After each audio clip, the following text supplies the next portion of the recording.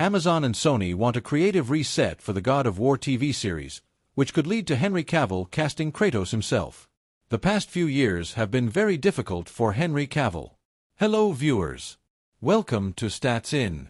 If you're just joining us, please subscribe and don't forget to turn on notifications bell for more videos. While he rose to fame for his role as Clark Kent, aka Superman, in Man of Steel, Cavill has managed to land a variety of roles in the intervening years, including Sherlock Holmes in Enola Homes and Geralt in Netflix's The Witcher. In the last 2 years, Cavill has lost 2 of his most important roles, Superman and Geralt.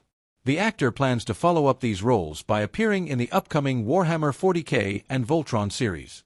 However, with the recent changes made by Sony and Amazon to the God of War TV series, there is a chance for Cavill to join the cast as Kratos himself.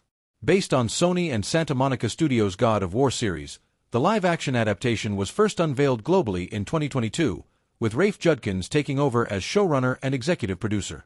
Although we had no idea what the story of the adaptation was, Santa Monica introduced us to Kratos as he adventures with his son Atreus and fights various monsters from Norse mythology. However, the upcoming adaptation suffered a disastrous setback. New reports are pouring in that Amazon and Sony Pictures Television are planning a clean case for Prime Video's God of War series. This comes after Judkins left the project, along with other key executive producers. Amazon and Sony are both aiming to take the live-action adaptation in a whole new direction and are looking to bring on a new showcasing and writing team.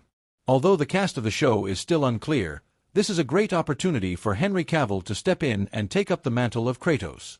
With experience as Superman and Geralt, Cavill has the experience to bring physically demanding characters with deep stories and complex personalities to the big screen. He's quite the gamer and is already working on multiple projects related to popular franchises like Warhammer 40K and Voltron. Not only will Cavill do justice to the character of Kratos, but Amazon and Sony will be able to push the series to the next level by casting such a fan-favorite actor. Let's hope the new creative team comes close to Cavill with his ideas and gives us another video game series to remember. When the God of War TV series was revealed back in 2022, we weren't given a clear release window, but the fact that production had begun meant the adaptation was only a few years away. While the delay may take the release further, it is arguably the right decision. Amazon and Sony's decision to head to the drawing table for a TV series shows that they weren't sure what the team had created yet. It is undoubtedly a surprising decision. However, it proves the commitment of both parties to deliver something that matches the expectations of the fans and is not a major disaster. It would have been amazing to get more details about the cast and story of the God of War series, but such a revelation is likely years away now. We went back to the drawing board for a TV adaptation, which was essential to success. However, would you like to see any other actor leading the God of War franchise? Henry Cavill's salary as Superman was way lower than expected, but his role still made him a fan favorite, leaving a big mark in the DCU. Hello viewers. Welcome to Stats In. If you're just joining us, please subscribe and don't forget to turn on notifications bell for more videos. Superman might be invincible, but Henry Cavill's paycheck? Not so much. Fans of the DCU's Man of Steel have long debated if Cavill was seriously underpaid for donning that iconic cape. And yes, he probably was. So, when you think Superman, you imagine sky-high paychecks, right? But Cavill's earnings weren't quite on the same planet as other big-name superheroes. Sure, he pulled in millions by the end, but when you stack his numbers against his peers, or even other supermen, it's hard not to go, that's it.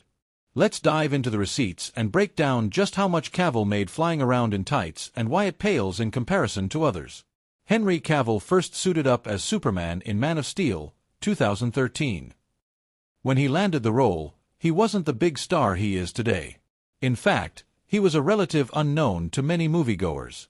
So, when Cavill was offered $300,000, as reported by The Hollywood Reporter, for his first Superman movie, it seemed pretty reasonable, right? Well, not exactly. Sure, $300,000 might sound like a lot, but compared to other major Hollywood paychecks, it's pretty small change. On top of this upfront amount, Cavill's contract included back-end bonuses, meaning he'd get a cut of the movie's earnings if it did well. Well at the box office, making around $670 million globally, per Box Office Mojo. As a result, Cavill's earnings from the movie went up to around $14 million, via Stylecaster. Sounds a little better, but let's keep it in perspective.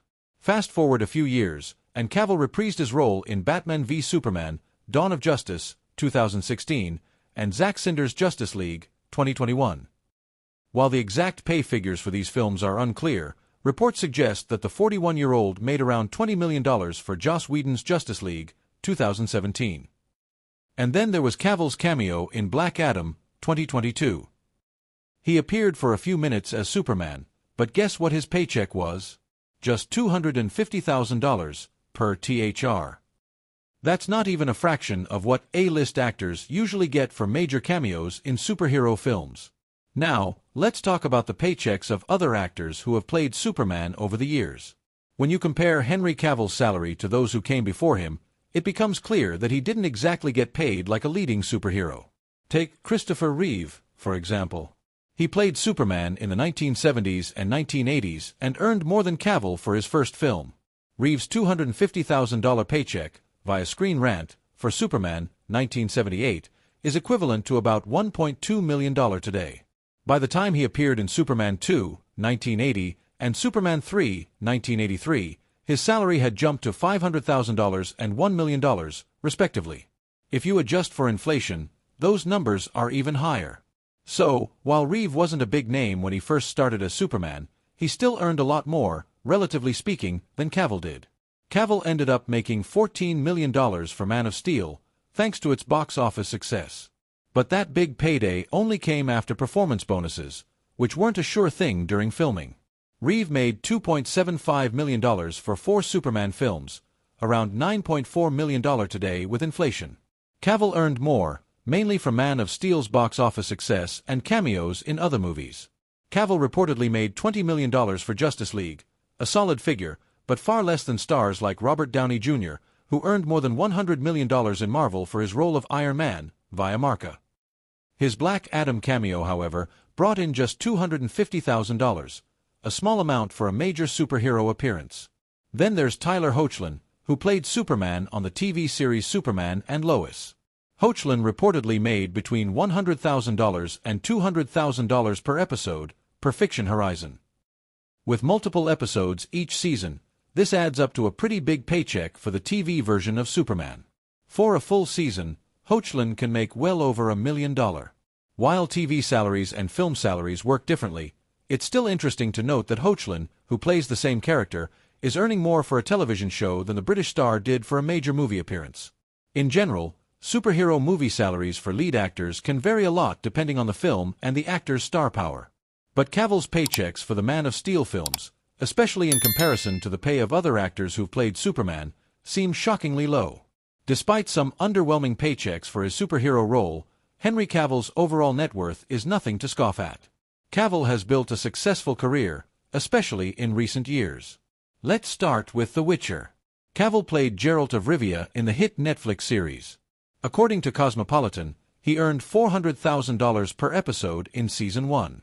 By Season 2, his salary increased to $1 million per episode.